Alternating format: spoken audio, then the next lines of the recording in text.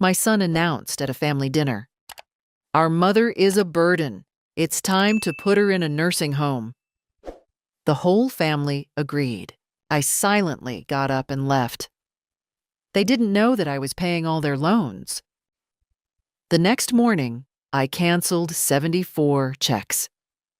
Good day, dear listeners. It's Louisa again. I'm glad you're here with me. Please like this video and listen to my story till the end and let me know which city you're listening from. That way I can see how far my story has traveled. I used to think I understood my family. That was perhaps my first and most costly mistake. My name is Margaret Holloway, Peggy to anyone who actually loved me.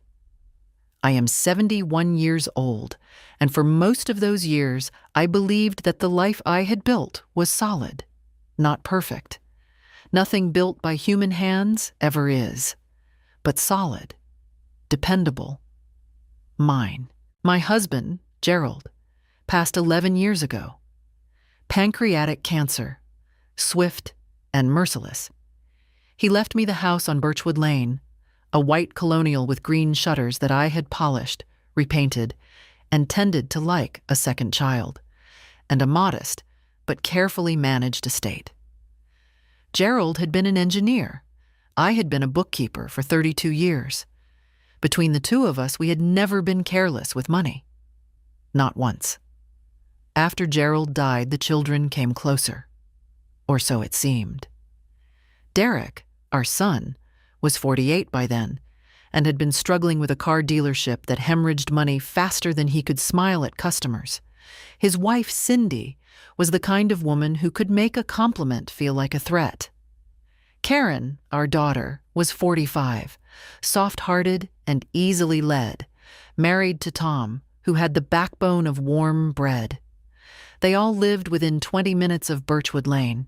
In those early years of my widowhood, I told myself their closeness was love. Sunday dinners, holiday gatherings, birthdays remembered. I paid for most of it, the turkeys, the cakes, the extra chairs. But I didn't mind. A mother doesn't keep score. Or so I believed. The first cracks appeared so gently I almost missed them. Derek began calling me on Tuesday evenings. Not to ask about my health, or whether the gutters needed cleaning, or if I was sleeping all right. He called to talk about money. At first it was casual, a mention of a rough quarter at the dealership, a sigh about rising interest rates. Then it became specific. He needed a short-term loan, he said, just to cover payroll, just until the financing came through. I wrote him a check for $18,000 and told him not to worry about repayment. Then Karen called. Tom had lost a client. They were behind on the second mortgage. Could I help? Just this once? I helped. Over the course of 3 years, I had quietly, steadily become the financial foundation beneath 2 adult households. Car payments, insurance premiums, medical bills for Cindy's elective procedure that I was told was urgent. A private school tuition for Derek's youngest because the public school was not the right environment. I paid. I always paid. I told myself it was what Gerald would have wanted. What I did not tell myself, what I refused to see, was that no one ever said thank you anymore. Not genuinely. The calls became shorter when they weren't about money. My opinions at family dinners were heard with the polite impatience one gives a child who is speaking out of turn. Cindy had begun to refer to my house as the property in conversations I was not meant to overhear. But I did overhear. My hearing has always been excellent. It was a Sunday in October when the world shifted. We were sitting at my dining room table, the one Gerald and I had bought at an estate sale in 1987, solid oak, refinished twice. The roast was good. The wine was the bottle Derek brought, which I later realized I had purchased myself through his monthly household account that I covered. The conversation had been pleasant enough until Derek set down his fork, cleared his throat, and looked at me with an expression I can only describe as rehearsed. "Mom," he said, "we've been talking, all of us, and we think it's time to be honest with you." I looked around the table. Karen was staring at her plate. Tom was doing the same. Cindy was watching Derek with the small, satisfied smile of a woman who has written the speech her husband is delivering. "You're 71, Derek continued. "The house is too much for you. You forget things. You had that fall last spring." "I tripped on the garden hose," I said quietly. "And frankly, Mom, you're becoming a burden." He said it without flinching. "We've looked into some very nice assisted living facilities. There's one in Millbrook that has excellent reviews." "What your brother is saying," Cindy cut in smoothly, "is that we love you, and we want what's best for you. And what's best for you isn't this big house and all this responsibility." I looked at my daughter. Karen finally raised her eyes. She gave me a small, apologetic shrug. A burden. 71 years old, having paid every bill on that table for the past 3 years, and I was a burden. I said nothing. I folded my napkin. I placed it beside my plate with the care of someone who has decided in that exact moment that certain things are finished. I stood up. I walked to the hallway, took my cardigan from the hook, and walked out the front door of my own house. Behind me, I heard Derek say, "She'll come around." He was wrong about that too. I drove for an hour that night. I didn't go anywhere in particular, just Birchwood to the county highway, past the reservoir, past the grain elevator that had stood since before I was born. The radio was off. I needed the silence to think, and I needed to think very clearly, because what had happened at that dinner table was not merely an insult. It was a declaration. By the time I pulled back into my own driveway, I had stopped crying. I hadn't cried much. Perhaps 15 minutes, somewhere along the Reservoir Road. Gerald always said I processed grief like an accountant, efficiently, methodically, and with an eye toward what came next. He meant it as a compliment. I took it as one. I went to the kitchen, made a pot of decaf, and sat down at the table with a yellow legal pad. At the top of the page, I wrote one question. What exactly do I know? Then I began to list. I was paying Derek's dealership health insurance. $1,240 a month, pulled automatically from my account. I had set this up 18 months ago when Derek told me Cindy's thyroid medication was unaffordable without coverage. I had called the broker myself. I was covering the second mortgage on Karen and Tom's townhouse, $1,700 a month direct bank transfer, which I had arranged after Tom's consulting business lost its anchor client. I had spoken to their lender personally. I was paying Derek's youngest son's private school tuition, $850 a month, charged to my credit card, which I paid in full each billing cycle. There were the car loans.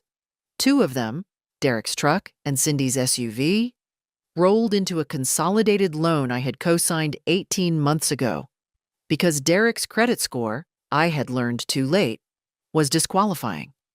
Monthly payment, $920. Karen's medical debt from 2 years prior, a hospitalization that her inadequate insurance hadn't covered, was being paid down through a payment plan I had negotiated and funded. $400 a month. There were the smaller items. Grocery deliveries I'd sent when Cindy said she was too overwhelmed. The lawyer's retainer I'd quietly paid when Derek had a dispute with a former employee. The replacement water heater for Karen's townhouse because Tom couldn't get credit approved. By midnight, I had the full number on the page. Over the previous 36 months, I had transferred, paid, co-signed, and covered a total of $214,000 across both households. I sat with that number for a long time.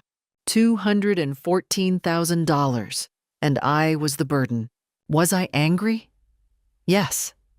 But beneath the anger was something colder and more useful. Clarity. These were not people who had temporarily lost their way. This was a strategy. I could see it now with the eyes I should have been using all along, the eyes of the bookkeeper, not the mother. Someone, and I suspected that someone wore Cindy's perfume, had calculated that I was easier to manage than to respect. What they had failed to calculate was what happened when I stopped being manageable. I was not without resources. Gerald's estate, minus what I had given away over 3 years, was still substantial. The house on Birchwood Lane was owned outright. No mortgage, no lien. My own retirement accounts had never been touched. I had, in short, everything I needed to act. What I had lacked, until that night at the dining room table, was a reason sharp enough to overcome a mother's instinct to protect her children from consequences. They had given me that reason. Quite generously, in fact. I turned to a fresh page on the legal pad.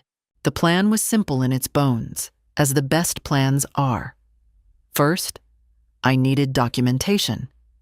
Every payment I had made, every transfer, every check, every credit card charge, needed to be pulled, organized, and saved in a format that could survive scrutiny. Second, I needed legal counsel. Not because I intended to sue anyone, at least not initially, but because I needed to understand exactly what rights I had over my own money and what obligations, if any, I had created by co-signing those loans. Third, I needed to stop the payments, all of them, cleanly, legally, and without warning. That last point was the one that made my hand pause over the page. 74 automatic payments, transfers, and standing orders. I knew the number without counting. I had set each one up myself, with my own passwords, my own account numbers, my own careful record keeping. I could cancel every single one of them by myself, in a single morning, without making a single phone call to anyone in my family. The question was not whether I could. The question was whether I had the courage to follow what the numbers were telling me. I looked at the legal pad. I looked at the number, $214,000. I thought of Derek's face, that rehearsed, patient expression of a man delivering bad news he had practiced in the mirror. I thought of Cindy's small, satisfied smile. I thought of Karen's apologetic shrug, as though my dignity were an inconvenient weather event she was sorry about but couldn't be expected to stop. I closed the legal pad. I rinsed my coffee cup. I went upstairs to bed. In the morning, I called Robert Cole. Robert Cole had been Gerald's attorney before he was mine. He was 64, unhurried, and one of the few people I knew who listened to a complete sentence before forming a response. His office was on the 3rd floor of the Merchants Building downtown. The same office, the same walnut desk, for 22 years. I arrived at 9 on a Monday morning with the legal pad, a folder of bank statements I had printed the night before, and the kind of composure that only comes from having made an irreversible decision. I told him everything. I did not editorialize. I presented it as I would have presented a set of books to an auditor. Facts, figures, dates, amounts. Robert listened without interrupting. When I finished, he was quiet for a moment, studying the summary page I had prepared. "Peggy," he said, "are any of these arrangements formalized? Loan agreements, written acknowledgments, anything signed?" "No," I said. "They're gifts, in the legal sense." He nodded slowly. "Then you have no obligation to continue any of them. Gifts can be stopped at any time, unless there's a contractual arrangement in place." He tapped the co-signed loan documents I'd included. "These are different. You're a co-signer on the vehicle loan. If Derek defaults, the lender comes to you. Before you cancel that payment, you need a strategy." We spent 2 hours in that office. By the end, I had a clear picture of my legal position, which was considerably stronger than I had feared. Robert drafted a letter, not to send yet, just to have, formally notifying both Derek and Karen that their financial arrangements were under review. He also recommended I move my primary accounts to a new bank, one where neither child had ever had any access or familiarity as a precautionary measure. "Are you sure about this?" he asked as I was leaving. Not in a discouraging way. Robert never discouraged. He asked because he wanted me to be certain. "Gerald worked 40 years, I said. "I worked 32. $214,000 in 3 years, and my son called me a burden at my own dinner table." I picked up my folder. "Yes, Robert, I'm sure." I opened a new account at First Meridian Bank that same afternoon. I transferred enough to cover 3 months of my own living expenses, my property taxes, and Robert's retainer. I left minimal balances in the accounts my children knew about. If they checked, and I suspected Cindy checked because Cindy checked everything, they would see nothing alarming. Not yet. What I had not anticipated was how quickly someone would notice I was moving. On Wednesday, Karen called. This was unusual. She rarely called midweek without a specific purpose. Her voice had a carefully constructed lightness to it that I recognized from years of motherhood as the tone children use when they want information they don't know how to ask for directly. "Just calling to check in, Mom. How are you feeling? You left dinner so suddenly." "I'm fine, Karen. I had a headache. Derek was worried. We all were. Are you sleeping?" "Like a rock," I said pleasantly. After she hung up, I sat for a moment by the phone. She had been fishing. Perhaps Derek had asked her to call. Perhaps Cindy had. What they were looking for, I suspected, was whether I was angry or whether I had decided, as I had apparently always decided, to absorb the injury and carry on. They would find out I was not carrying on, but not yet. The direct evidence I had been waiting for arrived on Thursday. I had a small habit I'd maintained for years. I kept a spare copy of all shared financial documents in a fireproof box in the hall closet. Account statements, insurance papers, the co-sign agreement on the vehicle loan. On Thursday afternoon, I went to retrieve the vehicle loan agreement to give Robert a copy, and I found that the box had been moved. Not substantially. It was still in the closet, still locked. But it had been turned 90 degrees from where I always kept it, with the hinge facing out instead of in. I stood in the hallway and thought carefully about who had a key to my house. Derek did. Karen did. I had given them keys years ago for emergencies. I had never asked for them back. I looked at the box. I looked at the dust on the closet shelf around it, and the clean arc in the dust where the box had been rotated. Someone had been in my home. Someone had looked at my documents. I took the box to Robert's office the next morning and had him photograph everything inside. Then I changed my locks. Was I frightened?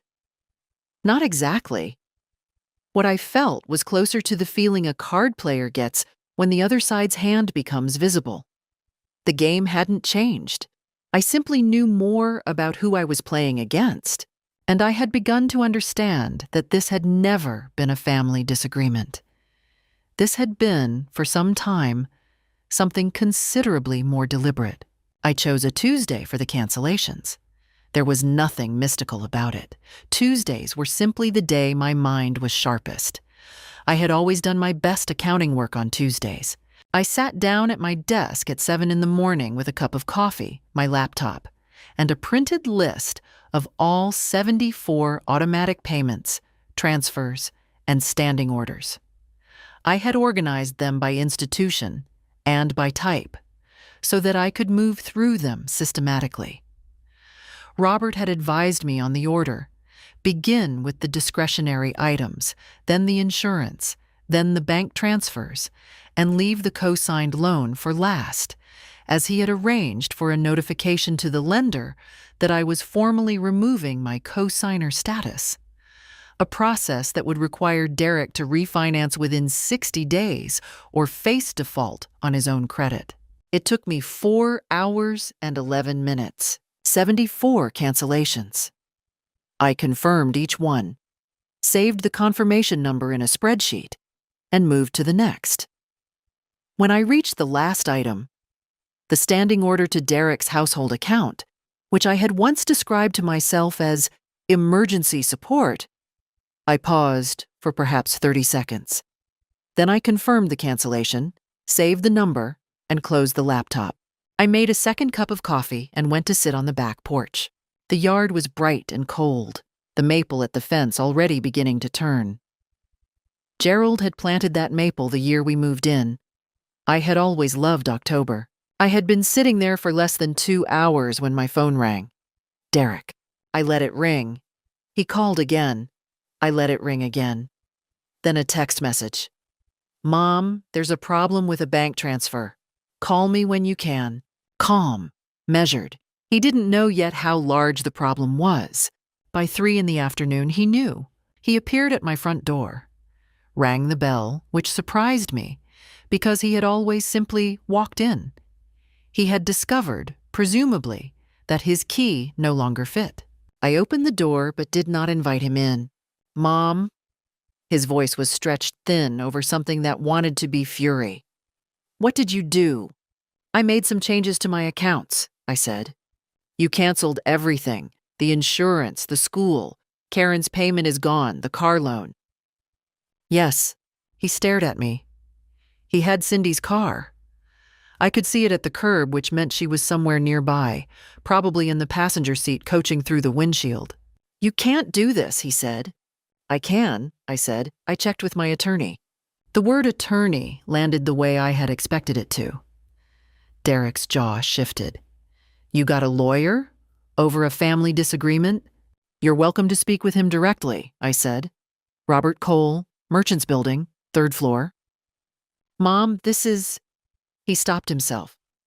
When he spoke again, his voice had dropped into something I recognized as the register Cindy used when she was being strategic. This is going to hurt people. The kids. Your children are your responsibility, I said. They've been your responsibility since you made them. That was never something I was legally obligated to carry. You're doing this because of one dinner, one conversation. Derek. I said his name the way I had when he was 12 and had lied to me about breaking the neighbor's window. I had always been able to stop him with his name, delivered at the right pitch. It worked now, too.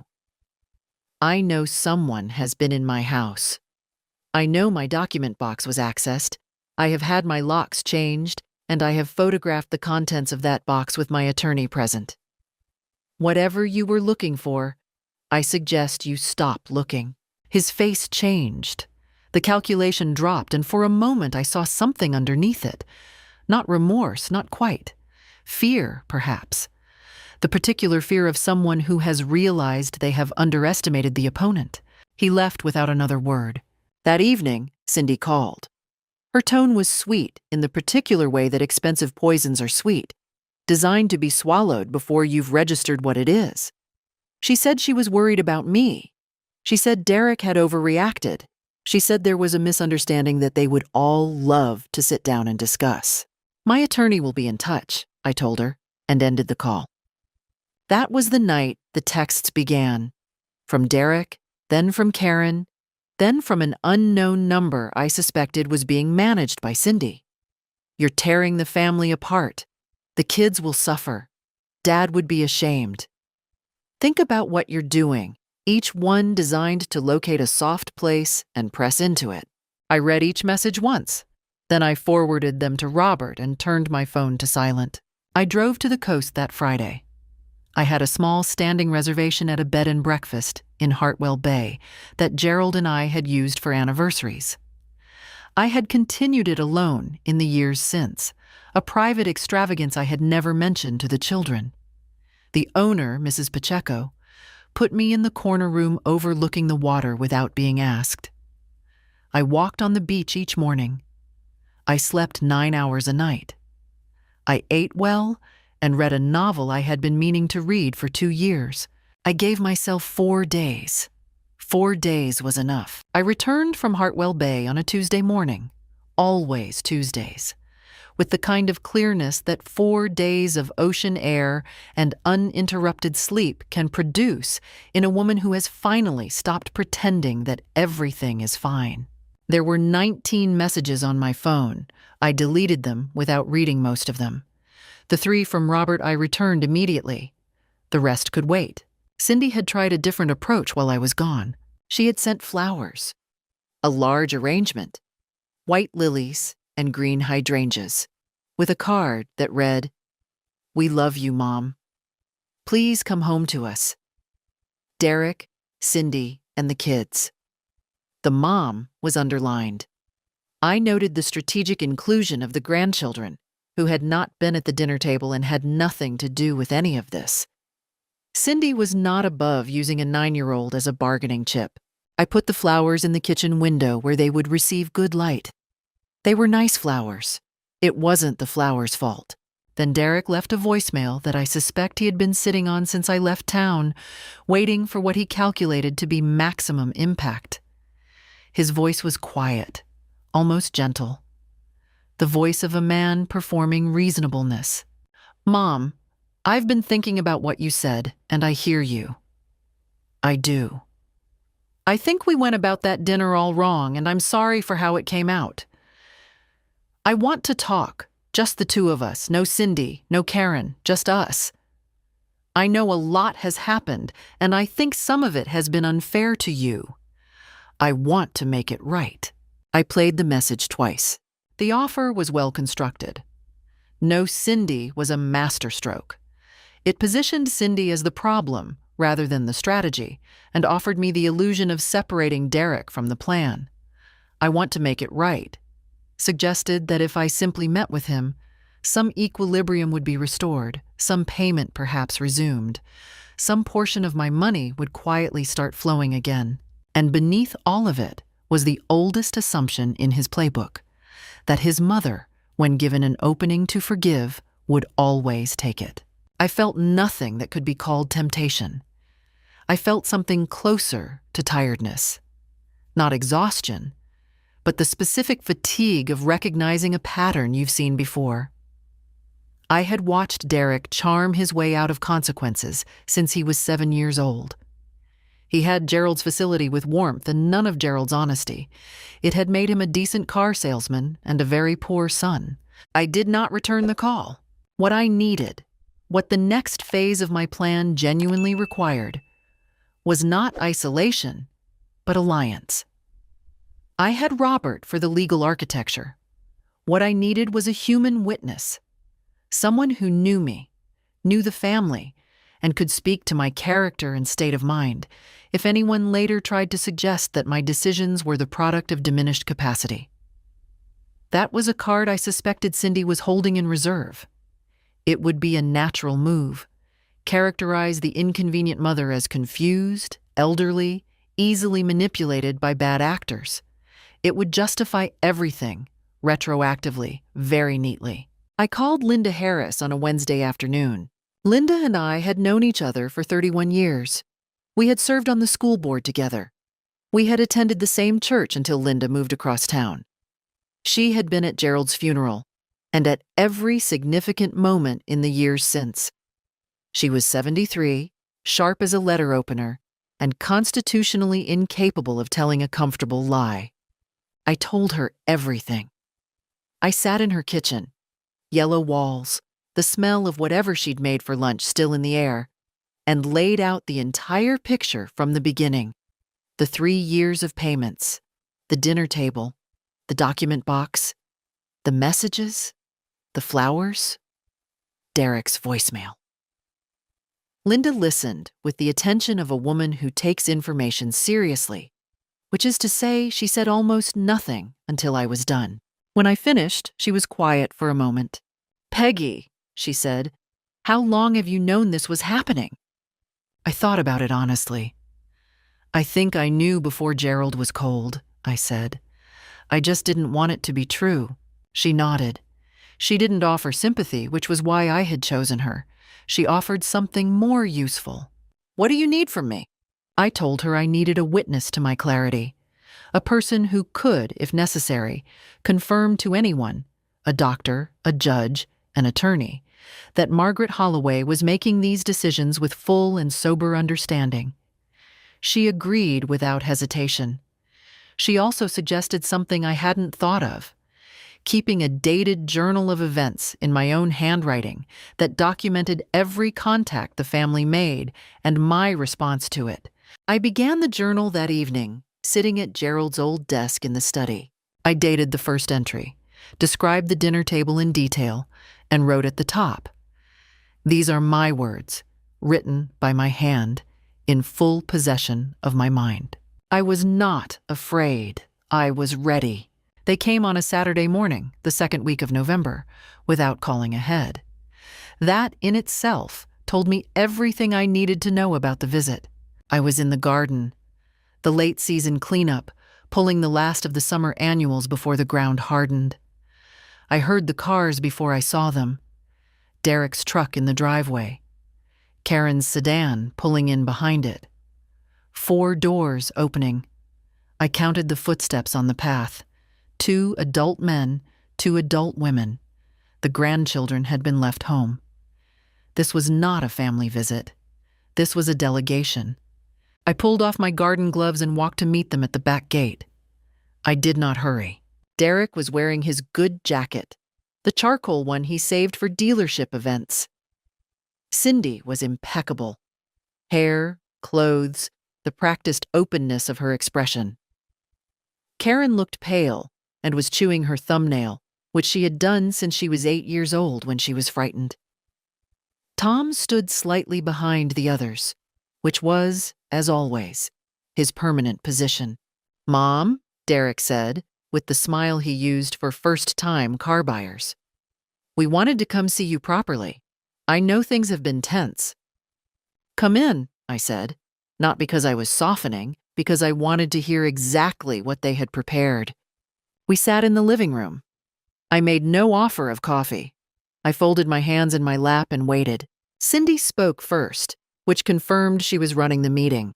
"Peggy, we've all had time to think since that dinner, and we want to start by saying that Derek's choice of words was wrong."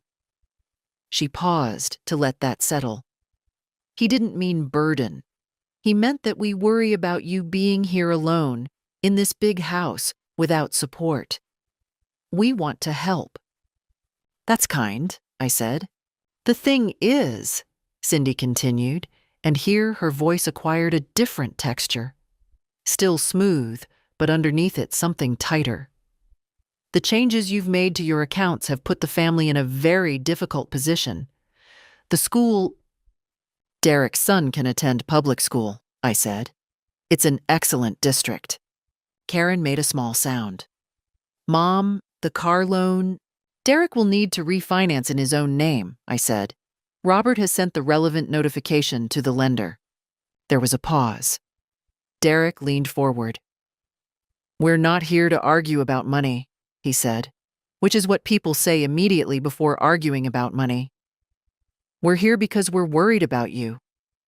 We think you may have made some decisions that you haven't fully thought through, and we'd like to help you think them through," I finished. "Right." I looked at him for a moment. At Cindy. At Karen, who was still chewing her thumbnail. "I've been a bookkeeper for 32 years, I said pleasantly. "I have managed estates, audited accounts, and caught 3 separate cases of embezzlement over my career, one of which involved a CFO with 20 years tenure, who thought he was being very careful. I did not make these decisions without thinking them through.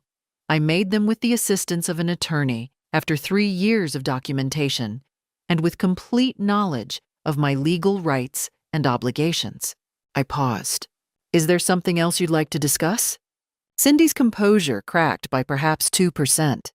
It showed in the corners of her mouth. "Peggy." Her tone changed completely now. The warm veneer stripped back. "You have a responsibility to this family. You cannot simply decide at 71 to manage my own money," I said. "To blow up everyone's lives because of one dinner." "Cindy," I said, "someone entered my home without my knowledge and accessed my private financial documents. I don't know if that was you or Derek or both of you together, but I want you to understand that I know it happened. My attorney knows it happened, and I have documented evidence." I looked at her steadily. "That is not a family misunderstanding. That is a serious matter." The room was very quiet. Derek stood up. The charm was entirely gone now. "You're making a mistake," he said. "You're going to regret isolating yourself from the people who care about you." "I'll take that risk," I said. They left without ceremony. From the window, I watched Cindy speak urgently into Derek's ear while he unlocked the truck. Karen caught my eye through the glass for a moment. Something moved across her face. Something that might have been the beginning of a different understanding. Then Tom said something to her, and she looked away. I stood at the window until both cars were gone. Was I afraid? Yes. A small, cold fear, located somewhere under my ribs, the kind of fear you feel when you've stepped off solid ground and committed fully to your direction. But I had learned something about fear in 71 years. It could burn as fuel. That cold, quiet fear was not a warning to stop. It was confirmation that what I was doing mattered enough to be frightening. I went back to the garden and finished pulling the annuals. Robert had been patient with me throughout this entire process, but when he called me on a Thursday afternoon in late November and said, "Peggy, I think it's time," I understood exactly what he meant. The trigger was a letter. It had arrived at his office 2 days earlier, sent by an attorney named Mitchell Greer, who was representing Derek and Cindy Holloway in a matter concerning, and here was the language, the estate planning decisions and recent financial actions of Margaret Holloway, aged 71, whose capacity to manage significant financial affairs may be in question. I had anticipated this. I had told Robert weeks earlier that I believed Cindy was holding this card. I had prepared for it accordingly. What I had not anticipated, and what Robert told me with the careful tone of a man presenting a fact that is worse than expected, was the scope of what Greer's letter contained. It wasn't merely a suggestion that I was confused. It included a sworn affidavit from Derek, stating that I had exhibited signs of cognitive decline over the past 18 months, that I had repeated myself in conversations, missed appointments, and become erratic and unpredictable in my financial behavior. I sat with the phone in my hand and breathed. "He perjured himself," I said quietly. "He made statements under oath that we can disprove," Robert said, which was the attorney's way of saying the same thing. "Then let's disprove them." Robert had already been building for this. At my instruction, over the preceding weeks, he had compiled a formal record of my competency. A cognitive evaluation conducted by my physician, Dr. Anand Sharma, who had been my doctor for 14 years and who had written, in clear clinical language, that I showed no signs of cognitive impairment of any kind. A sworn statement from Linda Harris, dated and notarized, attesting to my clarity, composure, and full engagement in our conversations about this matter. The journal I had been keeping, 61 dated entries in my own handwriting, coherent and detailed, submitted as supplementary material. Against Derek's affidavit, we had a physician, a lifelong witness, and 61 journal entries. But the decisive element, the one that Robert had discovered through a routine records search that I had asked him to conduct 3 weeks earlier, was something else entirely. Derek had, 14 months ago, applied for a line of credit at a commercial lender. In the application, in the section where co-signers and existing financial obligations were listed, he had not disclosed the vehicle loan I had co-signed. This was not a technicality. It was loan fraud. He had represented his financial obligations falsely to obtain credit. I had the documents on Robert's desk in front of me. The application, the loan, the omission. "He didn't know you'd look," Robert said. "No," I said. "He didn't." We requested a formal hearing through Robert's office. Not a lawsuit, not yet, but a mediated proceeding at which both parties could present their positions. Mitchell Greer agreed, presumably because he believed the cognitive decline argument would hold, and that a mediated hearing was a gentler venue in which to present it. He was about to learn something about prepared opponents. The hearing took place in a conference room at Robert's building on a Tuesday in December. Present, myself, Robert, Derek, Cindy, their attorney Mitchell Greer, and a certified mediator named Patricia Osei. Derek and Cindy arrived, looking composed. Cindy wore a dark blazer. Derek had on the charcoal jacket again. Mitchell Greer was polished and prepared. They sat down across from me with the confidence of people who have rehearsed the wrong argument. I wore Gerald's favorite color, a soft blue wool dress I'd had for 15 years. I had my folder in front of me, organized by tab. I had eaten a proper breakfast that morning. I had slept well. I was ready in the way that only very thorough preparation makes possible. Not the brittle readiness of adrenaline, but the settled readiness of someone who has checked every number twice and found them all correct. Robert began. He presented my financial history, 32 years of professional bookkeeping, my personal accounts, the documented payments I had made over 3 years, the legal status of those payments as voluntary gifts with no contractual obligation. He presented Dr. Sharma's evaluation. He presented Linda's affidavit. He read several entries from my journal aloud. Not all 61, but enough.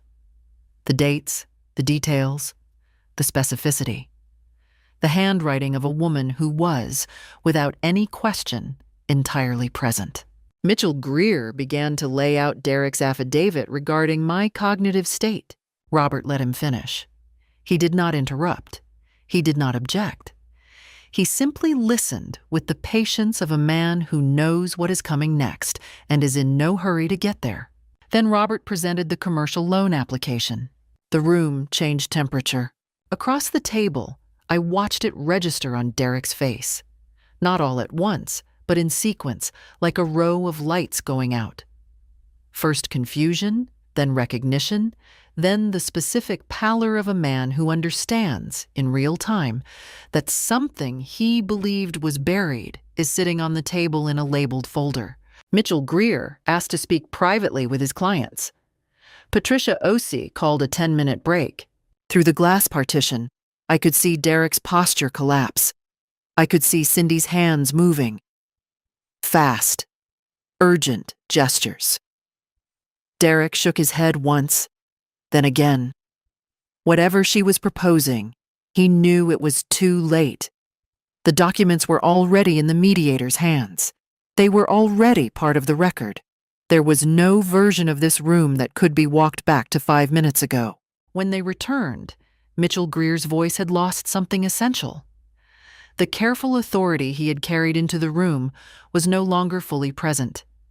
He spoke with the measured deflation of an attorney who has just had to revise his entire approach in a 10-minute bathroom break. He withdrew the affidavit. He did not apologize. Attorneys rarely do, but he withdrew it, which was the only thing that mattered. Derek looked at me across the table. For the first time in perhaps years, what was in his face was not calculation. It was something raw. Shame, possibly.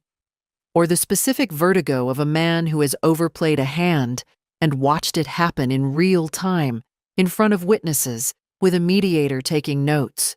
I met his eyes. I did not look away. I did not speak. I simply waited, which was by then something I had become very good at. The withdrawal of the affidavit was the end of Derek and Cindy's legal strategy, but it was not the end of the practical fallout for them. Within 30 days of the mediation, Derek was formally required to assume sole responsibility for the vehicle loan. His credit score, already fragile, absorbed the refinancing badly. The dealership's insurance lapsed for 11 days before he could arrange replacement coverage. 11 days during which I later learned from Robert, 2 employees quietly updated their resumes, and one of the service managers gave his 2-week notice. A business runs on confidence as much as capital. When the people inside it begin to sense instability, they leave. Derek had spent years presenting a polished exterior to the world, but polish is not the same as foundation, and foundations eventually tell the truth. The private school informed Derek's family that tuition for the spring semester had not been received. Derek's son was withdrawn and enrolled in the public school in January. As I had said, it was an excellent district. Karen and Tom's townhouse went into a modified payment arrangement with their lender, a conversation they had to have themselves, without my voice on the other end of the line smoothing it over. It was an uncomfortable conversation, Robert told me, though I had not asked him to find out. He mentioned it anyway, and I noted that neither Karen nor Tom had described it as impossible. Difficult, yes. Humbling, certainly. But they had managed it. People generally can, when they are given no alternative. But the most significant consequence was the one that Derek had set in motion himself, with the commercial loan application.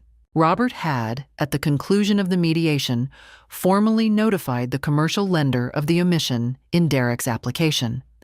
The lender conducted their own review. The line of credit was recalled in full, immediately due. Derek's dealership, which had been running on the margin of that credit line, could not cover the recall. There was no reserve, no fallback. There never had been. What there had been for 3 years was me, and I was no longer there. In February, Derek's dealership filed for Chapter 7 bankruptcy. I did not celebrate this. I want to be clear about that. I had not set out to destroy my son's business.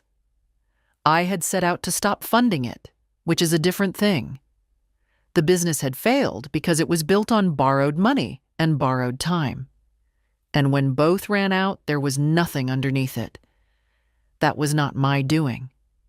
That had been true before I ever wrote the first check. What I had done for 3 years was delay the inevitable while calling it love. What I did in the weeks following the mediation was act with the same methodical care I had applied to everything else. I met with my financial advisor and reviewed my estate plan in full. The house on Birchwood Lane, which I had in a darkened moment 3 years ago half considered leaving to Derek in my will, was instead placed into a revocable trust with Linda Harris named as trustee successor. My retirement accounts, my remaining investments, my savings, all reviewed, all redirected according to my own wishes, which I had now written down explicitly and had witnessed and notarized. I removed both Derek and Karen from any role in my affairs. They were not disinherited. I am not a vindictive person, and Gerald's children were still Gerald's children. But they were removed from positions of authority.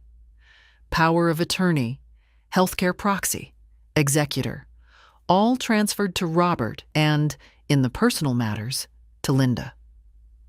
I did not make this decision in bitterness. I made it because I had learned, at some cost, that love is not a qualification for financial stewardship.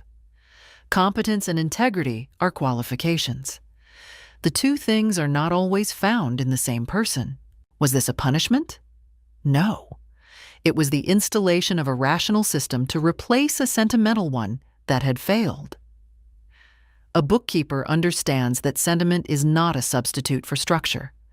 Gerald understood this too, which is why he had always kept meticulous records of everything. Not because he was cold, but because he knew that clarity was a form of care. Karen called me in January. Not at Derek's instigation, I believe, and not at Cindy's. She called on a Sunday morning, and her voice was different from any voice she had used with me over the preceding months. Stripped of its careful cheerfulness, stripped of the apologetic brightness she had worn like a costume, it was simply tired. And underneath the tiredness, something real. "Mom," she said, "I'm sorry. I didn't stop it, and I should have." I listened to her completely before I spoke.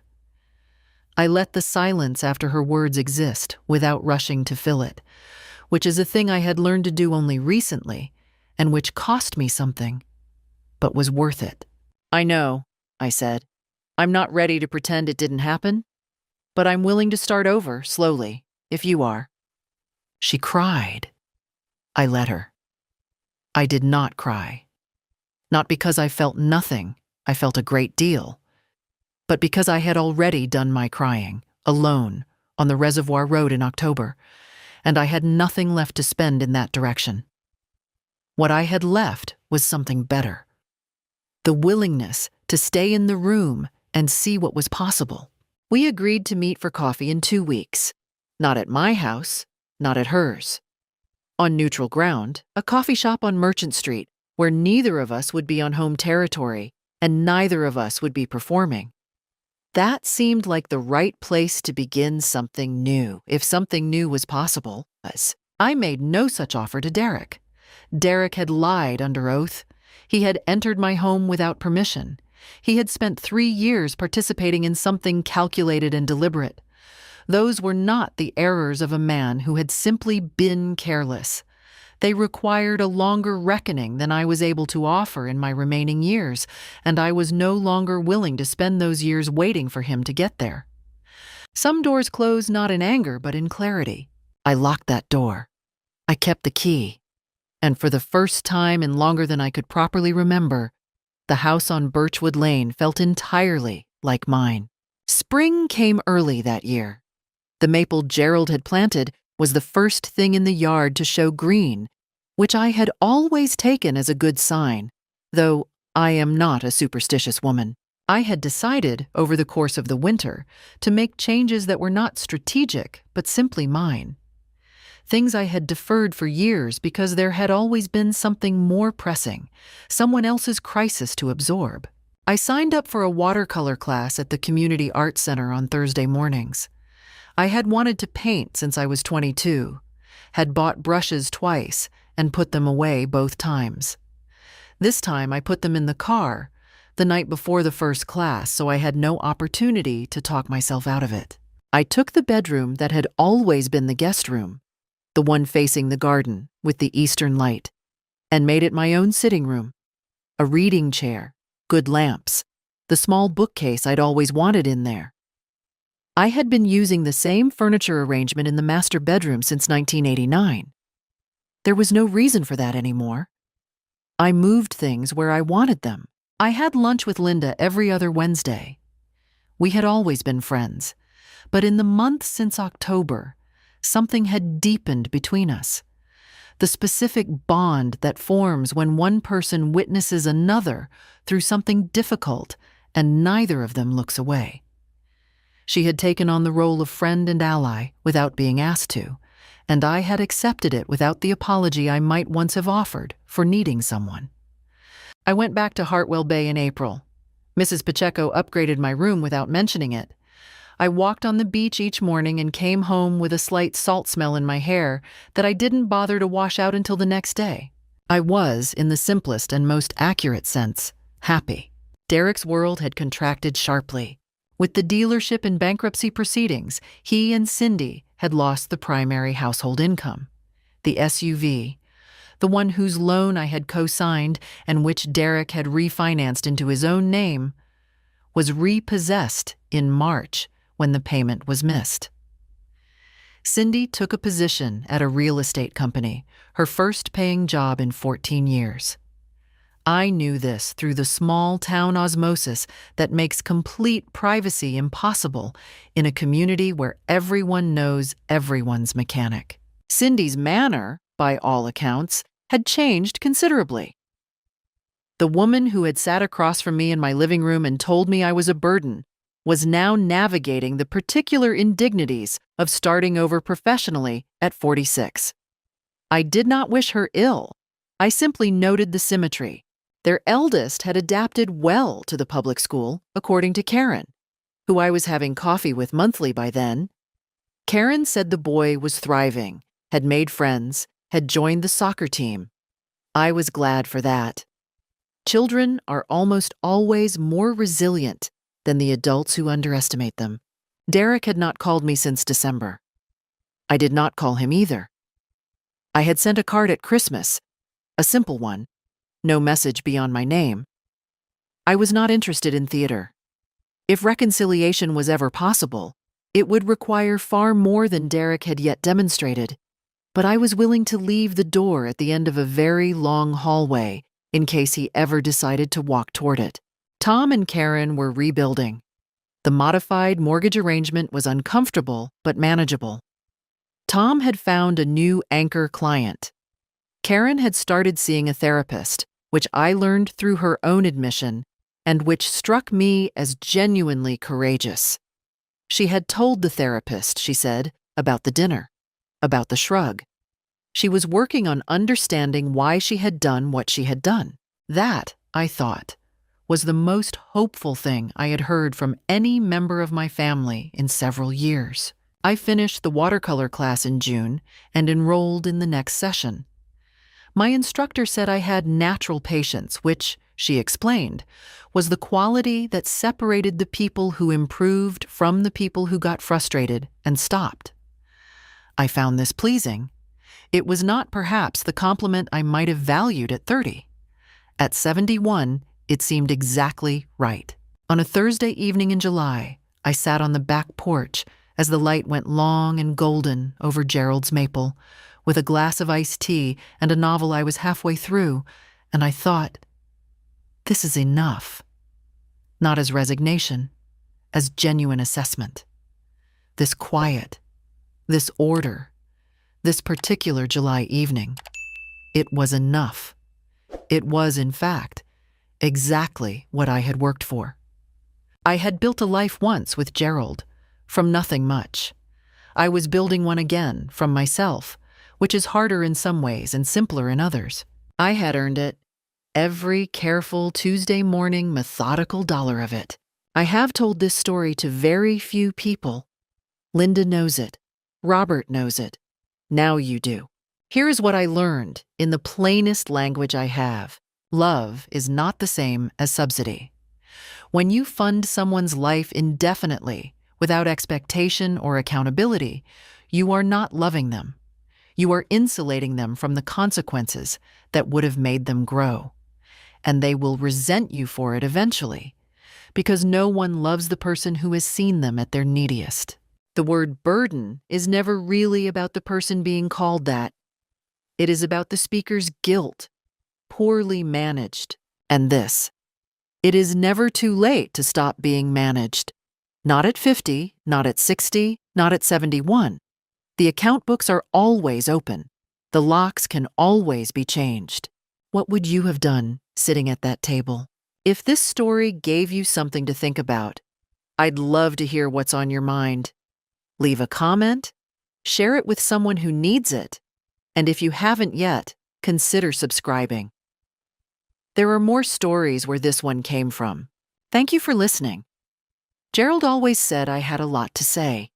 He was right, as usual. I just needed to find the right moment.